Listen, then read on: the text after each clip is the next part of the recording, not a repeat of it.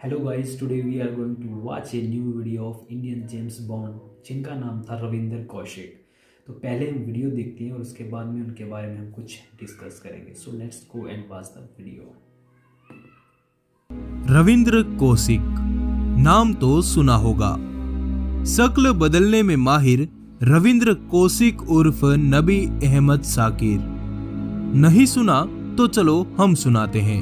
श्री गंगानगर में एक हिंदू पंडित के घर पैदा हुआ भारत का ब्लैक टाइगर, जिसका नाम रखा गया रविंद्र। रविंद्र नाटक एक्टिंग करने का बड़ा शौकीन था। उसको रूप बदलकर बहरूपिया बनने में महारत हासिल थी। पर इस होनहार कलाकार की किस्मत भी भगवान ने कुछ अलग ही लिख रखी थी। वह यूं कि रविंद्र की एक्टिंग देखकर लखनऊ के एक सेठ ने रविंद्र को लखनऊ बुलाया, जहां उन्होंने देश प्रेम का रोल अदा किया। उस किरदार में रविंद्र भारतीय सैनिक बने थे जो चीन में पकड़े गए और एक कैदी के दर्द को एक्टिंग के जरिए बता रहे थे। लोगों को ये एक्टिंग बिल्कुल सच की तरह लग रही थी। उसी भीड़ में एक रो का अधिकारी ये नाटक देख रहा था। उसने रविंद्र को कहा, मेरे लिए काम करोगे? उसने रविंद्र को काम तो नहीं बताया, पर इतना कहा कि बहरूपिया बनकर मुसलमान की एक्टिंग करनी पड़ेगी। रविंद्र ने कहा, क्यों नहीं। रविंद्र के हामी भरने के बाद रो द्वारा उसे एक गुप्त स्थान पर ले जाया गया। फिर रविंद्र की 2 सालों तक ट्रेनिंग चली और यह भी देखा गया कि रविंद्र में देश प्रेम और धर्म के प्रति कितनी आस्था है। ऐसा इसलिए किया जाता है कि कहीं मुस्लिम देश में कोई एजेंट पकड़ा जाए तो वो किस हद तक मुंह खोल सकता है। रविंद्र हर परीक्षा में पास हुआ। रविंद्र ने रो के अधिकारियों को खुश कर दिया था। आखिर में रविंद्र के इम्तिहान का दिन आ ही गया। रो के एक बड़े अधिकारी ने रविंद्र को बोला, पाकिस्तान जाओगे? रविंद्र ने कहा, हाँ, जैसा आपका आदेश। रो एजेंट ने कहा, तुम जासूस बन के पाकिस्तान जाओगे। मर गए तो तुम जानो और तुम्हारा काम, पकड़े गए तो हम आपके हैं कौन वाली बात होगी। मतलब हम तुम्हें पहचानेंगे नहीं। रविंद्र ने कहा, मुझे खुद पर पूरा भरोसा है। कोई मेरी रूप बदलने की कला को आज तक नहीं पकड़ पाया। इतना ही रो के अधिकारियों को सुनना था। फिर रविंद्र का बाकायदा खतना भी करवाया गया। उसको हर दिन 5 बार मुस्लिम की तरह नमाज पढ़ने की ट्रेनिंग दी गई। उसको पूरा मुसलमान बनाया गया। उसको उर्दू सिखाई गई। उसको कुछ दिन मुसलमानों के साथ भी रखा गया। उसको कहा गया कि इस बारे में किसी को मत बताना, यहाँ तक कि अपने घर में अपनी माँ को भी मत बताना, और तुम्हारे घर में तुम्हारे काम के बदले पैसे हम पहुंचा दिया करेंगे। तो रविंद्र ने अपने घर पर यही बताया कि उसकी दुबई में नौकरी लग गई और वह दुबई में रहकर ही कमाएगा और उनके पास पैसे भेजा करेगा। परिवार ने राजी खुशी उसको विदा कर दिया। फिर उसको सेना द्वारा भारतीय सीमा पार करवाकर पाकिस्तान भेज दिया गया, जहां रविंद्र को अब अपनी पूरी जिंदगी बितानी थी। रविंद्र ने पाकिस्तान जाकर सबसे पहले अपना शिनाख्ती कार्ड बनवाया और कराची के एक कॉलेज में LLB की डिग्री ले ली। फिर एक दिन रविंद्र ने अखबार में पाकिस्तानी सेना भर्ती का इश्तिहार देखा। रविंद्र ने मौके का फायदा उठाते हुए फॉर्म भर दिया और भगवान की दया से उसमें वह सफल हो गए और इस तरह रविंद्र पाक आर्मी में एक सिपाही बन गए थे। कहा जाता है कि रविंद्र उर्फ नबी अहमद साकिर ने पाकिस्तानी सेना को अपने काम से इतना खुश कर दिया था कि सेना में वह मेजर के पद तक पहुंच गए थे। पाकिस्तान में मेजर का पद काफी ओहदा रखता है और अंत में उन्होंने अपने सीनियर अधिकारी जखीबर शेख की बेटी फातिमा से शादी कर ली। फातिमा से रविंद्र दिल से प्यार करते थे, पर रविंद्र ने फातिमा को कभी नहीं बताया कि वो उसके देश की जासूसी कर रहा है और वो एक भारतीय हिंदू है और मुसलमान बन के उससे शादी की। शादी करना रो में बेहद जरूरी है, क्योंकि कभी किसी को यह शक नहीं होगा कि यह व्यक्ति विदेशी है। क्योंकि शादी के बाद उसके रिश्तेदार पाकिस्तान में भी हो जाएंगे। तो ऐसा ही रविंद्र ने भी किया। वो भारत को कई महत्वपूर्ण सूचनाएं पाकिस्तान से लगातार भेज रहा था। इधर रो के अधिकारी खुश, उधर पाकिस्तान में पाकिस्तानी सेना उसके काम से खुश। सब बढ़िया चल रहा था, पर तत्कालीन भारत सरकार से एक बहुत बड़ी चूक हो गई। हुआ यूं कि कांग्रेस की सरकार चाहती थी कि रविंद्र की सहायता के लिए एक और आदमी पाकिस्तान भेजा जाए। रविंद्र से जब इसके बारे में पूछा गया तो रविंद्र ने कहा, मुझे किसी की जरूरत नहीं है, मैं अकेला ही काम कर लूंगा। पर तत्कालीन भारत सरकार के दबाव में रविंद्र को हामी भरनी पड़ी।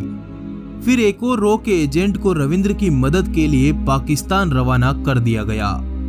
उस एजेंट ने भारत बॉर्डर तो पार कर लिया, पर सीमा पार रुक गया एक होटल पर चाय पीने, जहां कुछ पाकिस्तानी सैनिक पहले से बैठे थे।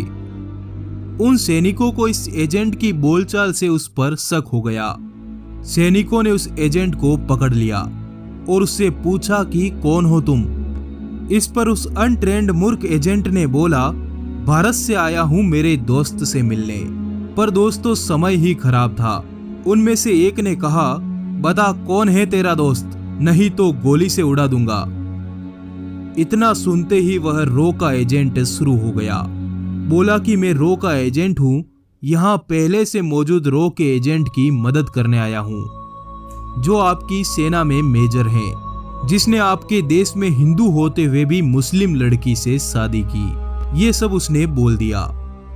पाकिस्तानी सैनिक एकदम हक्का बक्का रह गए। सेना के एक सैनिक ने कहा, तुम उससे कहां पर मिलने वाले थे? उससे उसी प्लान के मुताबिक मिलो, पर उसे शक नहीं होना चाहिए। प्लान के मुताबिक सुबह उसने रविंद्र को जिन्ना उद्यान में बुलाया। रविंद्र समय पर पहुंच गए।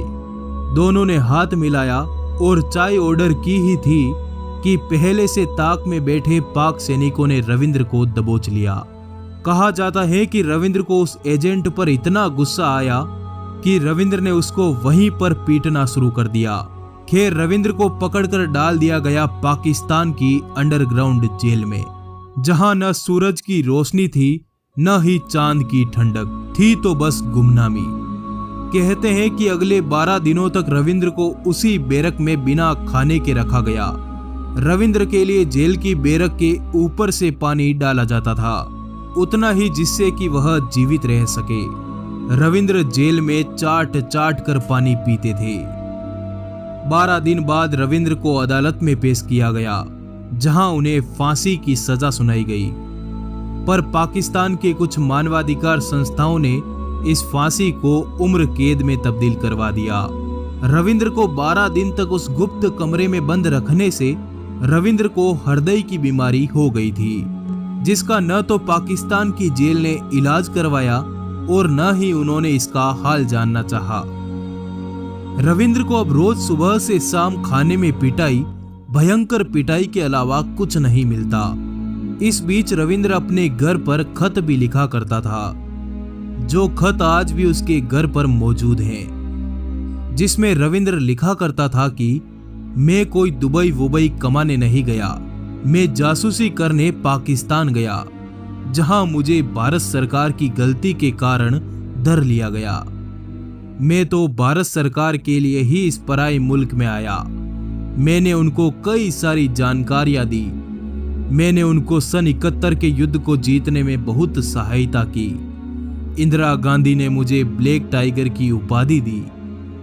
अब मुझे टीबी और हृदय रोग हो गया है, जिसका इलाज इस मुल्क में कहीं नहीं है। मुझे बचा लो, मैं भारत की जमीन पर मरना चाहता हूं। रविंद्र के पिता बार बार भारत के नेताओं से मिलते रहे। नेताओं ने इतना ही कहा कि उसने हमारे साथ एग्रीमेंट साइन किया है कि पकड़ा गया तो उसकी कोई सहायता नहीं होगी, और हम दुनिया में भारत का नाम खराब नहीं करना चाहते। और अंत में साल 2001 में पाकिस्तान का टॉर्चर सहते सहते रविंद्र ने पाकिस्तान की जेल में ही प्राण त्याग दिए। भारत सरकार ने रविंद्र का शव लेने से भी इनकार कर दिया। दोस्तों, पाकिस्तान की नीचता भी गजब है। उन लोगों ने रविंद्र का शव कचरे के साथ जला दिया। कहा जाता है कि रविंद्र की मुस्लिम पत्नी भी उससे मिलने एक बार जेल आई थी। उसने बस यही पूछा, क्यों किया मेरे साथ ऐसा? रविंद्र का जवाब था, मेरे देश के लिए। फिर वो उससे मिलने कभी नहीं आई। रविंद्र और उस मुस्लिम महिला का एक बेटा भी है जो पाकिस्तान में ही रहता है। दोस्तों, रविंद्र इतना महान रूप बदलू था कि वो पाकिस्तानी फौज में मेजर रहते हुए भी 5 बार अपने परिवार से मिलने भारत आया और ऐसे छुट्टियां बिताई जैसे कि कोई भारतीय फौजी अपने घर पर छुट्टियां बिताने आता हो। पर कभी पाकिस्तान को उस पर शक नहीं हुआ। बस तत्कालीन भारत सरकार की एक छोटी सी गलती रविंद्र को ले डूबी। अगर वो गलती न होती तो मैं दावे से कहता हूं, आज तक रविंद्र पकड़ में नहीं आता और भारत को कई सूचनाएं मिलती रहती। तो दोस्तों, ऐसे महान वीरों के लिए एक लाइक तो बनता है। चलिए, तो दोस्तों, आपने देखी वीडियो रविंदर कौशिक, जो एक भारत के बहुत ही महान आप सैनिक बोल सकते हो, जिसकी किस्मत उसे एक एक्टर से सीमा पार पाकिस्तान तक लेके चली गई, जिसने भारत के लिए बहुत कुछ, काफ़ी कुछ किया और एट लास्ट भारत की जो ये गलती है उसकी वजह से वो पकड़ा गया। क्या कर सकते हैं, नेता इंडिया के कुछ रहे हैं ऐसे जो अपने ज़िद के सामने किसी की चलने नहीं देते। नहीं तो आई थिंक आज तक रविंदर कौशिक कभी पकड़ा ही नहीं जाता और इंदिरा गांधी ने उनको ब्लैक टाइगर की उपाधि भी दे दी थी।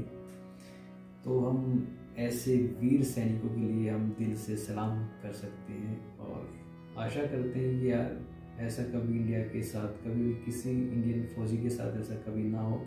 रही बात पाकिस्तान की, कचरे के ढेर में उनको जला दिया यार, मतलब इज्जत भी नहीं की थोड़ी सी यार। वो अपने देश के लिए काम कर रहा था, उसका खुद का तो कोई उसमें फ़ायदा था नहीं, लेकिन फिर भी यार एक सिपाही को, चाहे इंडिया का हो पाकिस्तान का हो, एटलीस्ट उसको यार थोड़ी इज्जत देनी चाहिए यार। लेकिन पाकिस्तान वालों की इज्जत ना तो हजम होती, ना वो किसी को दे सकते।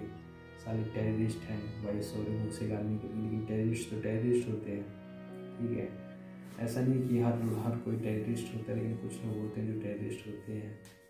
वहाँ पे भी कुछ अच्छे लोग हैं, ऐसा नहीं अच्छे नहीं है, बहुत अच्छे लोग हैं वहाँ पे भी, लेकिन क्या करें, कुछ कर नहीं सकते।